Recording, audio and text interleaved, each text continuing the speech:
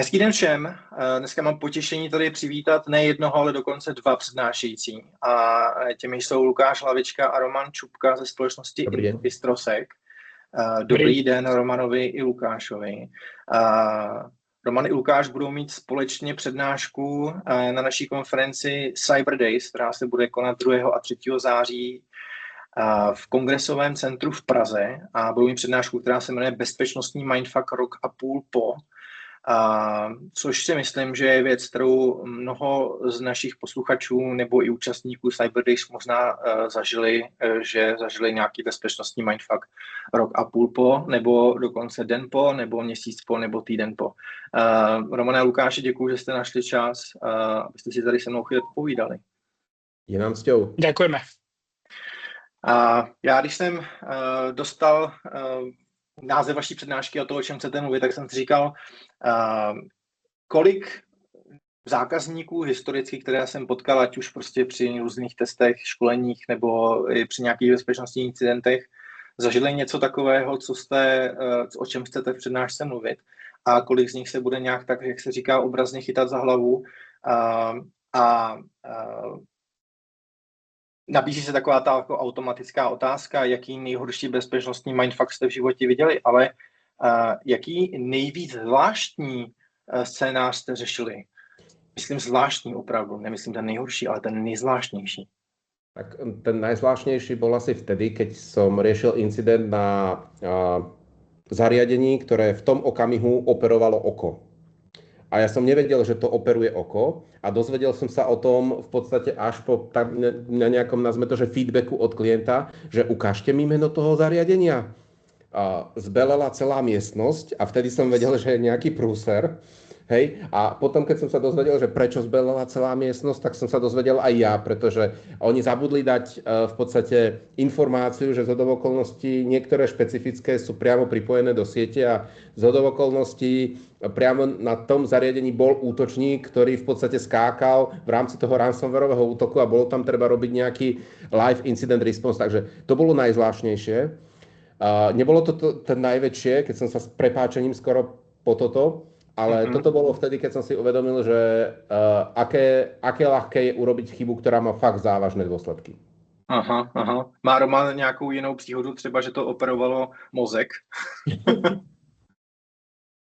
Ani nie, ale ja chcem doplniť tú príhodu, možno aby to získalo hlbší kontext, tak ono je to ako súčasť modernej medicíny a incidenty sa nevyhýbajú ani tejto modernej medicíne, kedy lekár vlastne musí operovať alebo operuje z iného štátu a pobrežia pacientov iného štátu a pobrežia veľkej krajiny a vy sa musíte vlastne riešiť aj takéto prípady, no, a dozviete sa o tom až potom. Takže za mňa je toto jeden z tých vôbec najzaujímavejších prípadov, ktoré som o ktorých som počul, a to vďaka Lukášovi som o tom počul. Rozumím. Teraz je to vtipné, vtedy to nebolo. Ano. Myslím si, že takhle je to i v těch společnostech, které v tu danou chvíli ten incident zažívají, tak možná s odstupem času si řeknou, jak vtipná záležitost to byla a jak moc se strašně poučili, ale poprvé už by to zažít určitě nechtěli.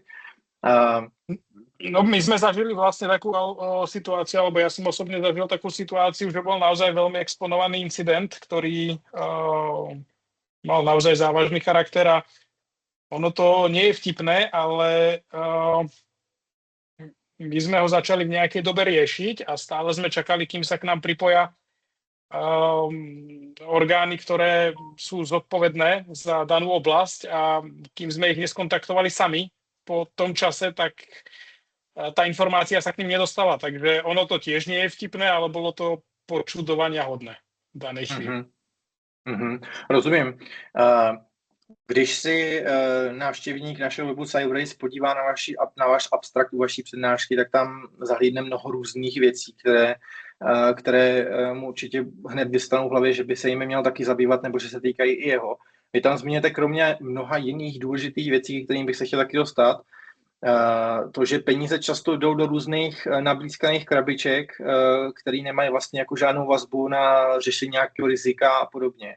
Proč si myslíte z vašeho pohledu, že to ty firmy vlastně vůbec dělají? Protože Ne vždycky ta krabička je levnější nebo efektivnější, než jenom to, že se změní nějaký interní proces. Proč si myslíte, že tak často všichni všechno řeší tím, že si to koupí jako krabici? Tam je možno niekoľko vecí, ktoré paralelne idú so sebou. V mnohom prípade ten zákazník vlastne nevie, čo si kupuje, a aj v prípade, že vie, jednoducho je presvedčený, že mu to vyrieši problém, ktorý si myslí, že má, nie ktorý reálne má. A to je ten zásadný rozdiel. Momentálne je v podstate taký trend, že všetko mať on single pane of the glass. Čo je akože úplne skvelé, super, geniálne a drahé. Ale v konečnom dôsledku častokrát sa ukazuje, že to nie je vôbec dostatočné. Lebo jednak je tá technológia väčšinou nie úplne dobre nasadená, a keď je dobre nasadená, tak občas nie je úplne dobre spravovaná a občas ani jedno z toho. A potom z toho vyplýva, že sa ma pýta pri veľkých incidentoch, sa ma pýta konateľ alebo generálny riaditeľ alebo nejaký predseda predstavenstva, že ale veď my sme mali z auditu 90% plus, do tej a tej technológie sme investovali minulý rok 4,5 milióna. Ako je možné, že napriek tomu nás ten útočník vyhekoval? A tam sa vtedy je dosť ťažká odpoveď, pretože častokrát v podstate majú zložité veci urobené dobre a jednoduché veci urobené zle. A v mnohom prípade je to možno, že aj taká neúplná znalosť tých mnohých CISov a mnohých tých bezpečákov, ktorí si povedia, že áno, toto vidím na konferencii, tak toto si kúpim. Ale keď si to kúpi, tak ten vendor mu to samozrejme rád predá, on mu aj väčšina predá, že ale musíte to implementovať z best practice a tak ďalej a tak ďalej a tak ďalej. Ale on povie, že na to už peniaze nemám, pretože všetko som minul v podstate na tú samotnú technológiu.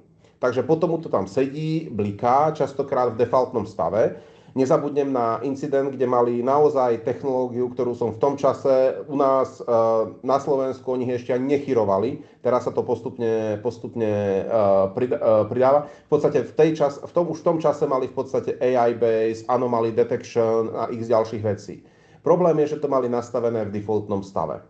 To znamená, že jednoducho tam im to niekto naimplementoval a boli tam x dobrých vecí, mali tam EDRK, XDRK, mali tam v podstate Identity Protection a tak ďalej a tak ďalej a tak ďalej. A nakoniec každé to riešenie bolo v konečnom dôsledku nakonfigurované dobre, ale nejakým spôsobom spolu nehrali. A čo je horšie, nikto sa nepozeral do ich logov. To znamená, že jednoducho tam bolo pekne vidno, ako ten útočník v podstate skúšal a pokiaľ neobyšiel v podstate to EDRko, a nedostal sa ďalej. Keby tam samozrejme mali v podstate to nejakým spôsobom to zintegrované a pozerali sa na to, tak by sa to nikdy nestalo a mohli si ušetriť naozaj že niekoľko miliónovú škodu. Ja by som možno len doplnil a možno môžem, alebo nemusím byť politicky korektný, ale... Za mňa nemusíte. Dobre. A je ma počuť dobre teraz? Lebo mi tu niekto... Dobre, lebo mi tu niekto volal. Ono je rozdiel i v rámci alebo v rámci tých organizácií, ktoré potrebujú, chcú alebo musia riešiť vlastne oblasť zabezpečenia svojich služieb. A všetci dobre vieme, že v prípade, že sa jedná možno o nejakú štátnu alebo verejnú správu, tak musí ísť podľa nejakého zákonu o verejnom obstarávaní.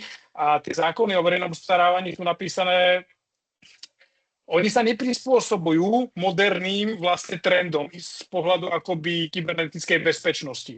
Väčšinou sa veľmi efektívne dá vysúťažiť software, hardware, nejaké technológie, ale zabúda sa práve na tú pridanú hodnotu nad tými technológiami a to je tá správa tých technológií. No a keď si to akoby spočítame s tým nedostatkom tých expertných ľudských zdrojov, ktoré by vedeli správovať tie technológie, o ktorých hovoril Lukáš, tak máme zrazu veľmi krásne krabičky, ktoré nám predal nejaký obchodník od výrobcu alebo od nejakého systémového integrátora, poskytovateľa služby, ale chýba tam to B. A potom by si aj ten zákazník veľmi rád akoby zaobstaral tú kvalifikovanú pomoc.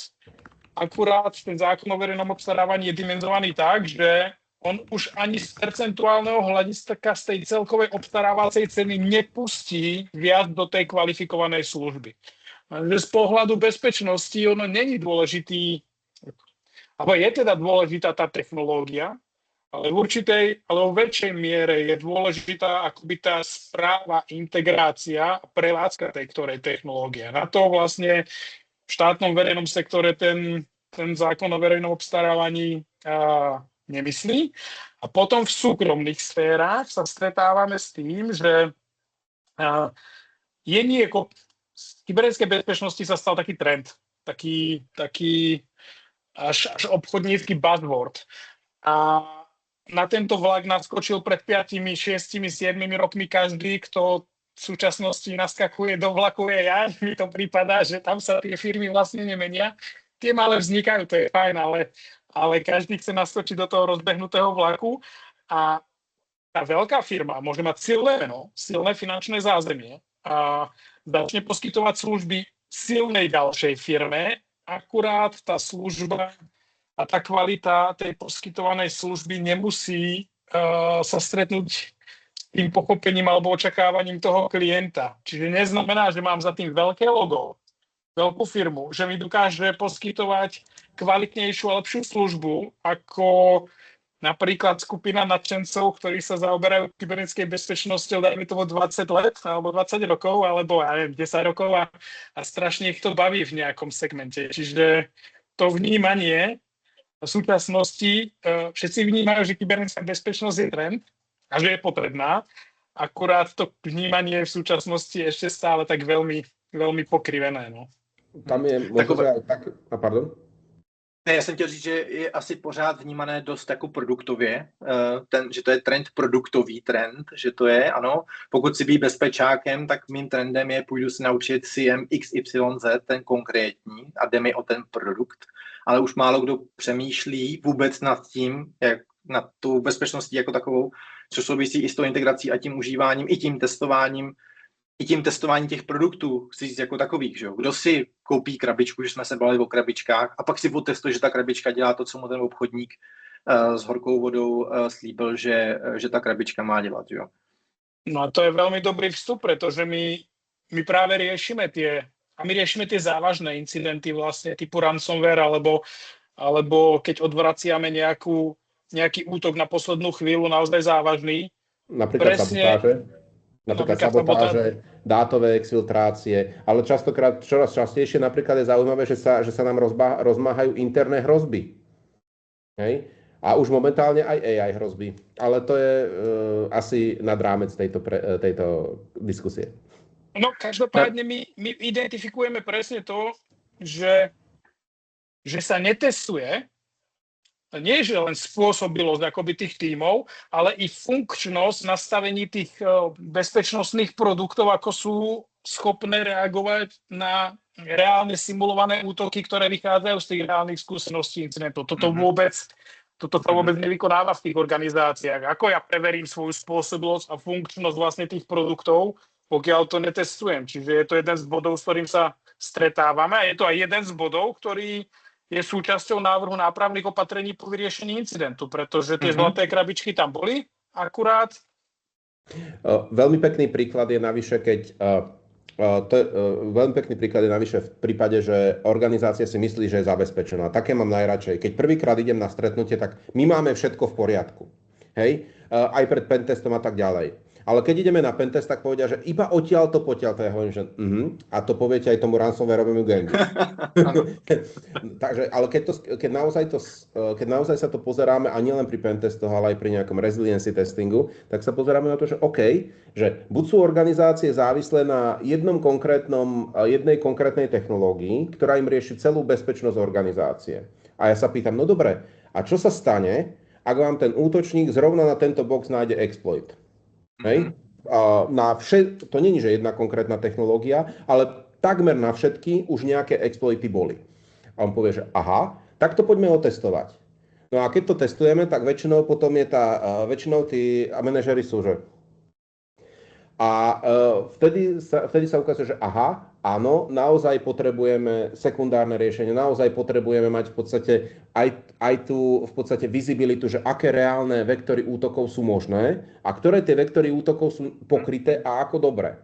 Pretože čoraz častejšie napríklad vidíme to, že organizácia si kúpi nejaký AWS-kovú službu alebo nejakú Azureovú službu alebo niečo podobné. No a nechá to vonku, už to dávno nepotrebuje, ale samozrejme tie integrácie sú tam stále ešte funkčné, ešte S3 buckety sú dostupné, dokonca niektorí to používajú, ich používatelia a nahrávajú si tam nejaké veci. No a potom zrazu príde útočník a pozrie, že jej, akože ako rýchlo sa dostanem dovnútra. No a zrazu jednoducho im popreskokuje cez multi-cloud environment a zrazu je v ich doménovom radiči, pretože samozrejme to majú všetko zosynchronizované s Entrou. To neznamená, že Entra je zlá, Entra je dobrý nápad, ale keď je nakonfigurovaná zle, tak je to zlý nápad. No a zrazu je útočník vo vnútri. No a samozrejme, že ale veď my sme mali CM, my sme mali taký antivírus, také EDR-ko, taký firewall, jak sa to mohlo stať? No a potom hovorím, že viete, my sme ako smrť. Skôr alebo neskôr nás stretne každý. No ale to je väčšinou taký vtip, ale realita je bohužiaľ taká, že tie organizácie si kúpia technológie, povedia si, že OK, už sme dali veľa do bezpečnosti, tak nedáme na či už prevádzku, a to nie len na služby, ale hlavne na interný stav. Pretože pokiaľ jednoducho nie sú vyriešené basic, pokiaľ jednoducho nemajú vyriešený interný stav, ktorý sa im o to bude starať, tak jednoducho akákoľvek dobrá a kvalitná služba im v podstate je na nič. Pretože pokiaľ oni jednoducho nemá tú službu kto príjmať a kto s ňou pracovať s tými výsledkami, tak v podstate je im to na nič. Sú to v podstate skoro vyhodené peniaze. To znamená, že treba v podstate systematicky investovať do vnútorných kapacít, do kvalitných služieb, do kvalitných technológií a pozerať sa na tú organizáciu a na tú bezpečnosť holisticky. Pretože nie, že teraz chcem vyriešiť jeden problém. Výborne, vyriešil si jeden problém. Ale častokrát ten jeden problém v podstate zakrýva 3, 4, 5 ďalších, ktoré v podstate sú neviditeľné. A potom máme, taká moja obľúbená je tzv. Emmentálová architektúra. To znamená, že tam je toľko dier, kde si útočník môže vybrať, cez ktorú sa dostane dovnútra. Akurát nemôže ísť do toho syra. Ale toho syra je tam tak málo, že je relatívne malá pravdepodobnosť, že by sa do neho trafil. To je určitě zkušenost nějaké společnosti, která ten security maturity level měla opravdu vysoko. A často sa stáva, bola to nadnárodná skupina, kde nám tiež tvrdili, že ako majú všetko v poriadku. Prišli sme a stále sa ma snažili, ja hovorím, že vy tu asi často stretávate auditorov. No, u nás jeden audit začína a druhý, teda končí, druhý začína. A že niekedy príde od matky, niekedy príde od takého regulátora, niekedy od toho. Oni sa už naučili odpovedať na tie otázky. Ja hovorím, že dobre, takže výborne. A teraz sa vás pýtam na toto. Zrazu ticho. Na tohle sa nás ešte nikto neptal.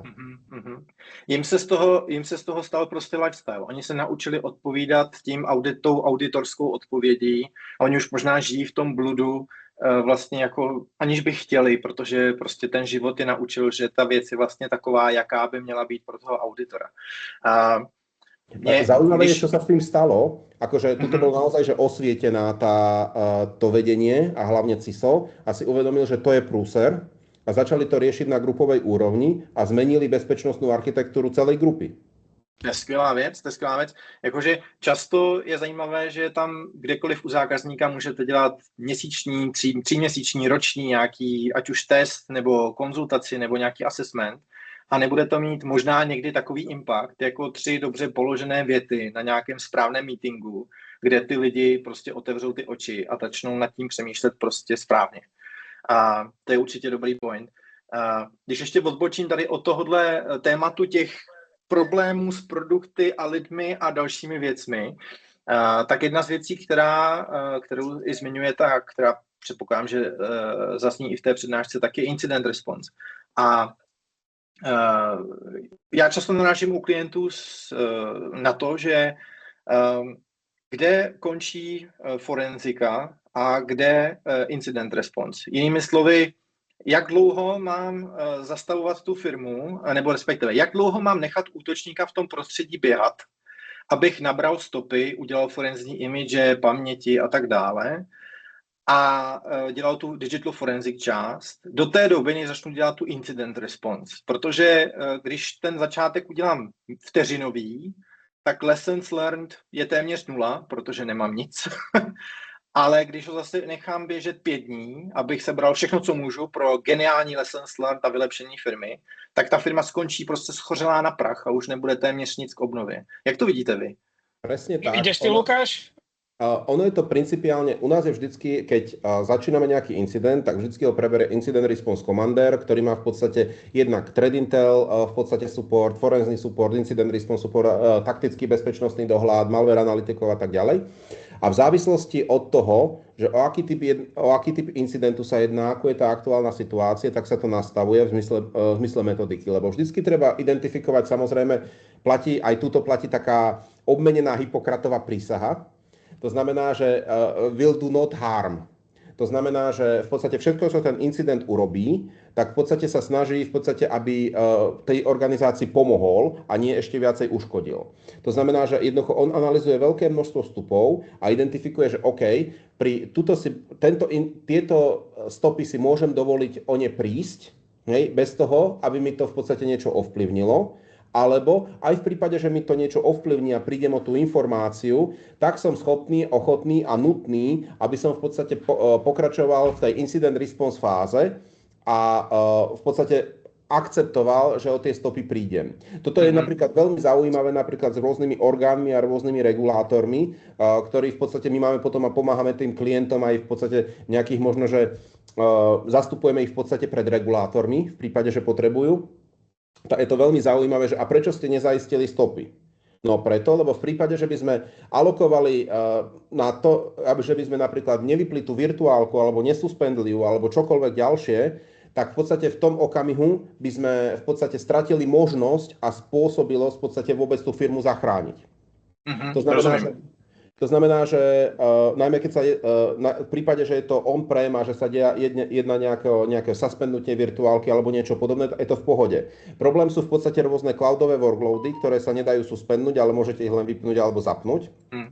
Alebo ešte typicky špecifické zariadenia, napríklad máme spôsobilosti riešiť incident response napríklad na jadrových zariadeniach, prípadne na v podstate rôznych OT zariadeniach. To znamená, že v prípade, že tam sa k tomu samozrejme pristupuje úplne iným spôsobom, ako sa pristupuje v podstate v prípade napríklad nejakej bežnej kancelárskej siete. To znamená, že vždycky nemůžete zastavit linku, prostě, kde běží proces, který sám o sobě, jeho zastavení trvá nějakou dobu a který by mohl ohrozit zdraví lidí a tak dále, výrobků. Máme veľmi pekný príklad, kde v podstate sme mali spoločnosť, ktorá je mimo Československa, to znamená, že je v zahraničí, ktorá v podstate bola, nazvime to, že to je takmer chemička, trošku niečo blízke, ale už by som veľmi špecifikoval. No a tam v podstate mali samozrejme ransomware a bolo potrebné v podstate urobiť container, lebo to tam mali rozlezené po všetkých tých lokalitách, oni mali x lokalít v podstate kade-tade. No a bolo potrebné v podstate to odpojiť. Len problém je, že ich safety a security siete boli v podstate prepojené. To znamená, že jednoducho nebolo možné v podstate urobiť containment, pretože by som odpojil aj safety sieť a tam by im vybuchol nejaký vodík alebo nejaká takáto sranda. Čo samozrejme by už potom vôbec nebola sranda. Čiže tie štandardné containmentové aktivity veľmi závisia od toho, že čo, ako je možné. Dokonca aj tie segmenty, ktoré by som potreboval odpojiť, ale nemôžem odpojiť preto, lebo v podstate potrebujem, aby mi tam tie safety behalo. Dokonca ten útočník využíval tie komponenty v rámci tých safety sietí na to, aby sa laterálne pohyboval, ale ja som ho samozrejme nemohol odpojiť, lebo som potreboval safety sieť, aby zostala stále zapojená. Chytrá věc, ten útočník vybral dobrou cestu. Tak, Romane, vy jste tam se nadechoval 3krát, tak já s dovolením vám nechám něco k tomu říct.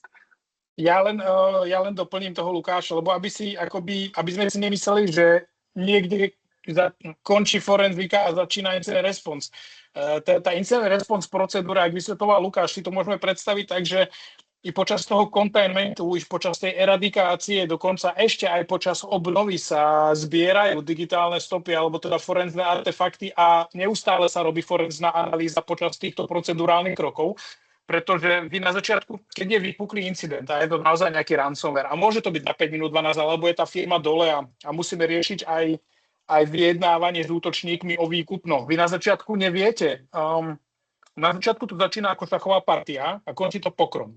A čím dlhšie vy máte možnosť zbierať tie forenzné artefakty a ísť hlbšie v rámci tej forenznej analýzy, ale zároveň robiť ten containment často v tých špinavých infraštruktúrach, ako hovorí Lukáš, lebo nemôžete to tam celé zhodiť kvôli dostupnosti služby a potažmo i eradikácii, tak tým akoby vy získavate viac informácií a ste viac na koni oproti tomu útočníkovi. Čiže je to paralelný proces, pričom forenzná analýza je len subkomponentom vlastne tých procedúr containmentu, eradikácie a aj tej obnovy. Čiže mala by sa teda robiť dovtedy, dokiaľ sú k dispozícii forenzné artefakty a dá sa akoby analyzovať situácia.